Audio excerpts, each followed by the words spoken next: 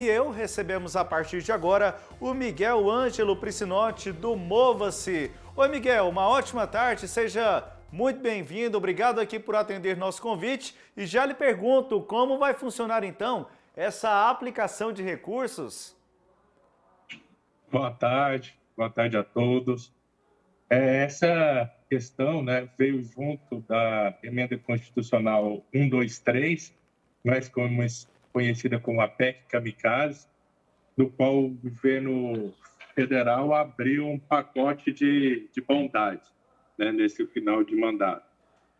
Então, dentro delas tem recurso para Bolsa para o Caminhoneiro, aumento do Bolsa Brasil e do Auxílio Brasil e também um auxílio ao transporte público, né, aí de todas as cidades, que ratearão esses 2,5 bilhões de reais. E o uso será somente para custeio da gratuidade. O governo federal, por meio do Ministério do Desenvolvimento Regional, né, selecionou, né, abriu o cadastro das cidades até a última sexta-feira, e o recurso será dividido, né, os 2,5 bilhões, pela quantidade de idosos acima de 65 anos dessas cidades cadastradas. E o recurso só pode ser usado no custeio das gratuidades. Na nossa realidade local, Miguel, Goiânia, Aparecida, as cidades da região metropolitana da capital entraram nesse cadastro junto ao governo federal? O, a questão da RMTC, somente o estado de Goiás, por ser uma região metropolitana, e nós não termos sistemas municipais, né? Quem fez o cadastro, quem era apto para fazer o cadastro é somente o estado de Goiás, que fez na semana passada. 6 outros municípios, de forma desavisada, da região metropolitana, também fizeram esse cadastro. Foi o caso de Bela Vista, Goianápolis, Goianira, Senador Canedo. Nossa, estou ruim de memória, mais 2 outros que eu esqueci. E isso pode trazer, né, um problema para a região metropolitana, porque o recurso que for repassado para esses municípios, eles não poderão ser usados por eles, porque eles não têm sistemas municipais de transporte. Então, eles vão receber o recurso pela quantidade de idosos, mas terão que devolver ao governo federal. Então, a região metropolitana vai ficar sem os recursos desses 6 municípios. Vou até procurar aqui depois, dá para falar certinho quais são. Certo. E como vai ser então essa distribuição?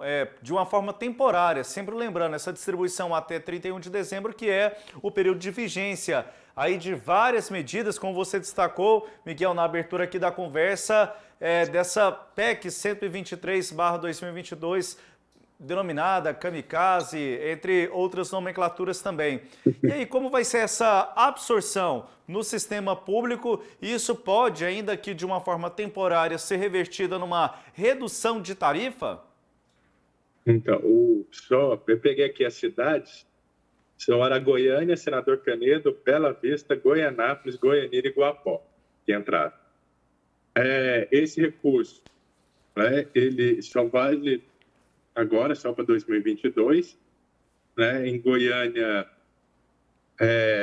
agora tem que ver o novo cálculo sem esses 6 municípios, mas o valor ele tem que ser utilizado somente para o custeio, né, para o transporte público. Então, vai ser repassado para as empresas, né? Ele vai ser somado aos subsídios já existentes, então ele não pode substituir. E esse novo recurso tem que ser utilizado para redução da tarifa. No caso de Goiânia, essa redução ela pode chegar até deixa eu olhar a conta que nós fizemos, 2,5%. Ela reduzir a tarifa para o usuário para R$ 4,10. Então, o governo federal tem que repassar para o governo do estado de Goiás até o final de dezembro deste ano. O governo do estado de Goiás fará o repasse para a CMTC e a CMTC repassará às operadoras por meio do consórcio Rede Móvel. Kleber E esse Ferreira. valor tem que ser abatido do novo cálculo tarifário que vai acontecer em dezembro. R$ 4,10, Kleber. Então, o valor, caso seja concretizada essa redução. Já dá um alívio, Kleber, no bolso, alguns centavos aí que podem colaborar para outras coisas. Tudo aquilo que vem para jogar a tarifa para baixo é algo que a gente tem que entender, aceitar, ainda que seja temporário.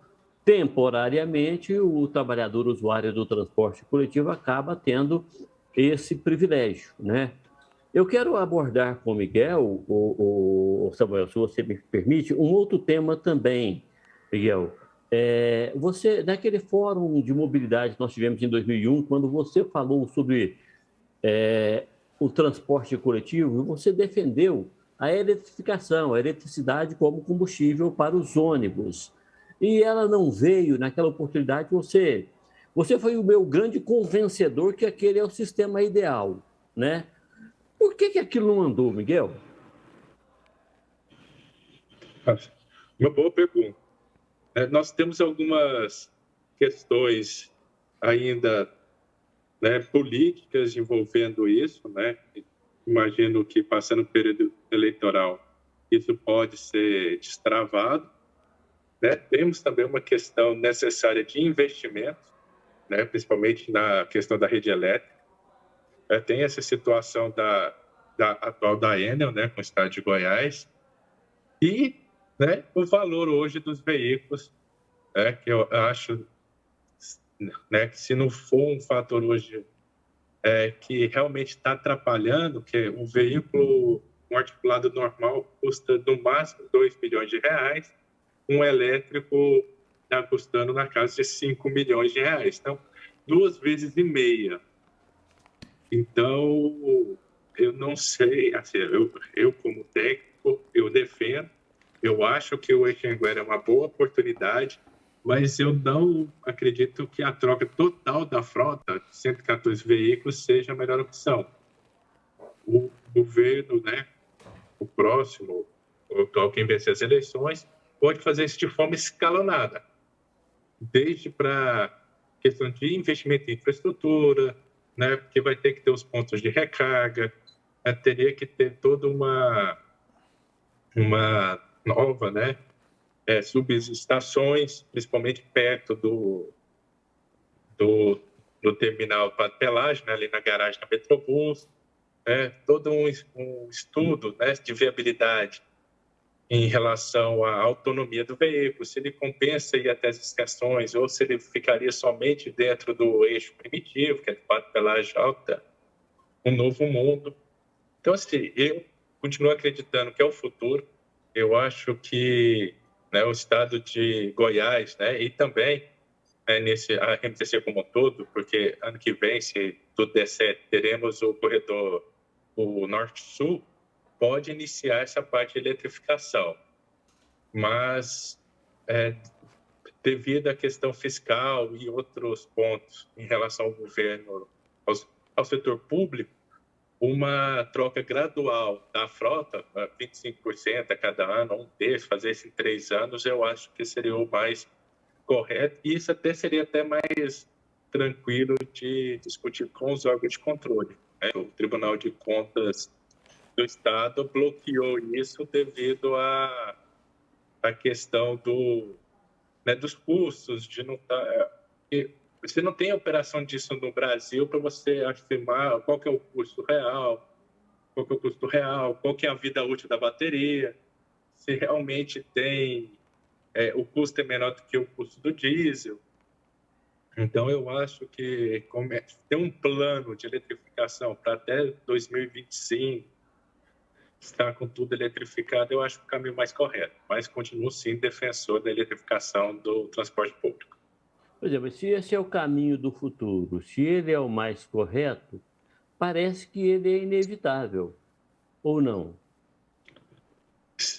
Existem outras tecnologias que estão sendo desenvolvidas, né? Que a principal é a de célula de hidrogênio.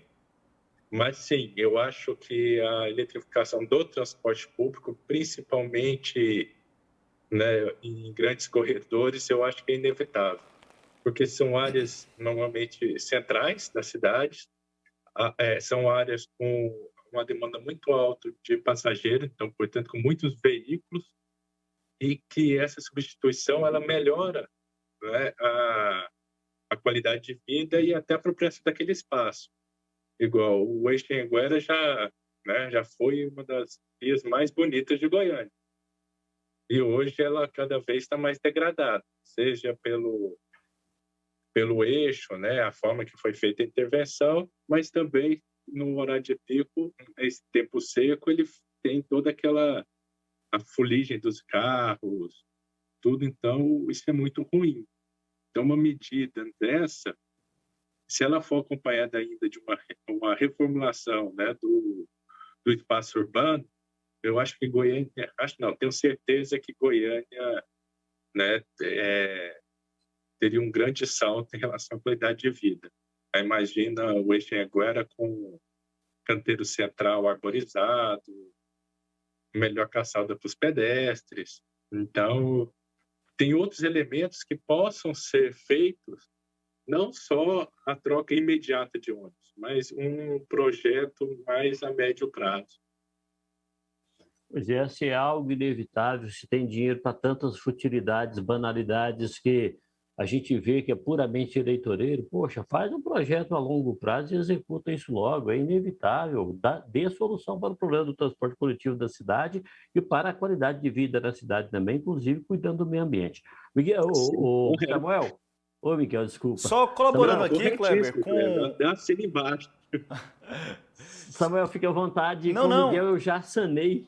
Não, eu quero que você ainda continue, Kleber. É só para complementar aqui o seu comentário e o que o Miguel estava analisando, é porque há uma proposta na Lei de Diretrizes Orçamentárias do município de Goiânia para a requalificação da Avenida Anhanguera. A gente lembra desse projeto que está lá em andamento, a gente falou algumas vezes sobre isso, me lembrei aqui agora, e aí há um aporte, claro, o Estado também deve participar de alguma forma, só que aí, Miguel, e aí que eu queria trazer aqui para essa discussão contigo, com o Kleber também, eu ainda não vi o detalhamento dessa proposta, ainda no termo, né, diretrizes, ainda de uma forma muito inicial.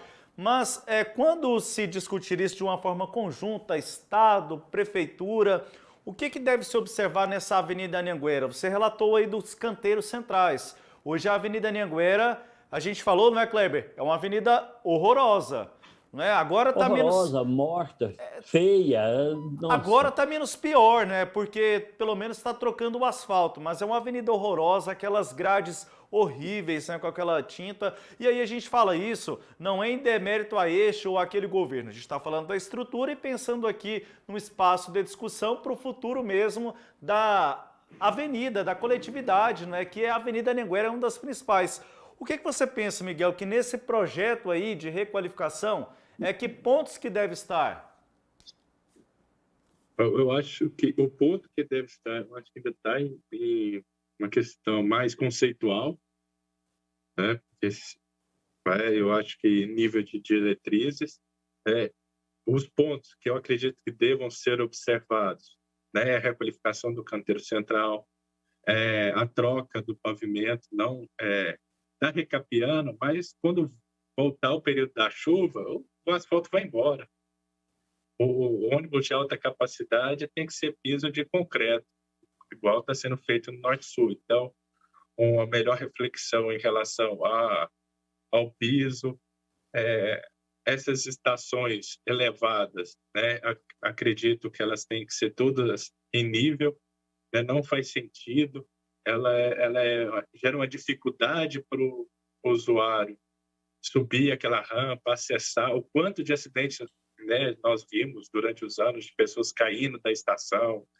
A gente ainda vê, Miguel, é porque é pouco divulgado. Aquilo foi, na época, eu fiz um comentário, eu estava na TV Brasil Central e eu fiz um comentário. Aquilo, naquela época, antes, você também falou sobre isso, o outro que falou sobre isso também foi o Antenor Pinheiro.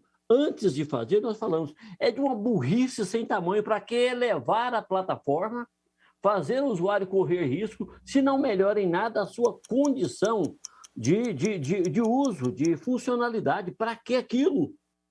Foi para isso, para machucar pessoas, para ficar lá colocando as pessoas em risco. Aquilo lá, se eu pudesse, se eu mandasse, aquilo era a primeira coisa que eu derrubaria. Sim, sim, correto, Cléber. Ela ser no nível do meio-fio mesmo, né? Que aí melhora a acessibilidade, melhorar as calçadas, né? O acesso, diminuir o número de cruzamentos. Tem muito semáforo em Anguera. Então, tentei todo um estudo de impacto de vizinhança, porque um ônibus no corredor exclusivo, né? Enquanto você vê lá em Curitiba a média de 25 km por hora que ele anda, aqui o eixo em Anguera é 13, 14 quilômetros. Baixíssimo, né, Miguel? Essa velocidade aí, e é claro, tecnologias precisam ser desenvolvidas e o debate com certeza também precisa ser aprofundado. Eu quero agradecer, Miguel, aqui a sua participação no nosso Sinal Aberto. Muito obrigado pela entrevista. Até uma próxima oportunidade. Até uma próxima. E se vocês também tiverem algumas questões que queiram que o Mova-se estude, levante, estamos sempre à disposição. Combinado, então. Agradecemos ao Miguel Ângelo Priscinotti lá do Mova-se. E a gente vai discutir no transporte coletivo sempre aqui no nosso Sinal Aberto. O Sinal Aberto faz uma rápida pausa. Já já outros destaques.